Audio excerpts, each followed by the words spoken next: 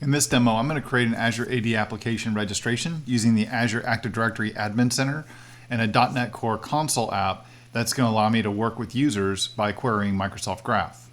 I'm going to start by launching the browser, navigating to the Azure AD Admin Center at aad.portal.azure.com.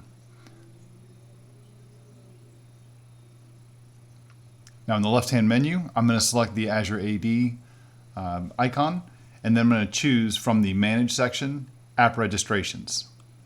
On the App Registration page, I'm going to select New Registration, and on the Register an Application page, I'm going to create a new Graph app. So it's going to be called the Graph Console app. And for the supported account types, I'm going to leave it set to the single tenant. And then I'm going to select Register. Now there's a few values that you see here on this overview page that you're going to want to keep track of for your application that we're going to need later. So I'm going to launch Visual Studio Code just to act as a little notepad for myself. I'm going to create a new file, and I'm going to copy the application ID,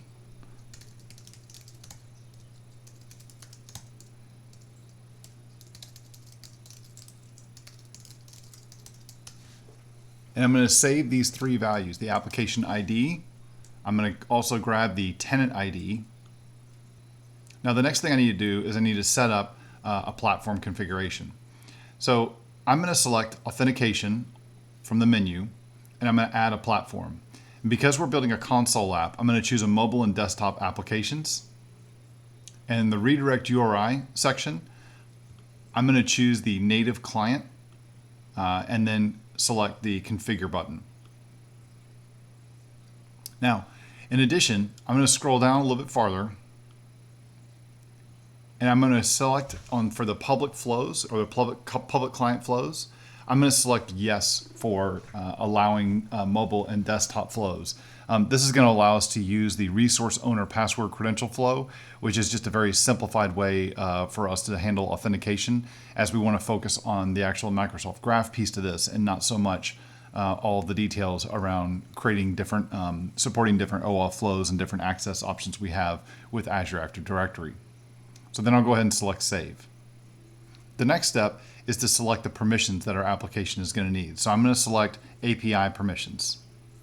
After creating the application, I now need to grant it the necessary permissions for Microsoft Graph. So I'm going to select Add a Permission. We already have the user.read, but I need another graph permission to delegate a permission for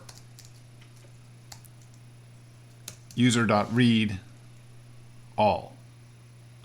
So I'll select user.read.all, and then I'll select Add Permissions. And then I'm going to select the Grant Admin Consent and select Yes to grant all the users in my organization this permission. Now, the option to grant admin consent here in the Azure AD Admin Center, what this is doing is pre-consenting the permissions to the users in the tenant to simplify this demo. This approach allows the console app to use the resource owner password credential grant so that the user isn't going to be prompted to grant consent to the application. That simplifies the process of obtaining an OAuth access token.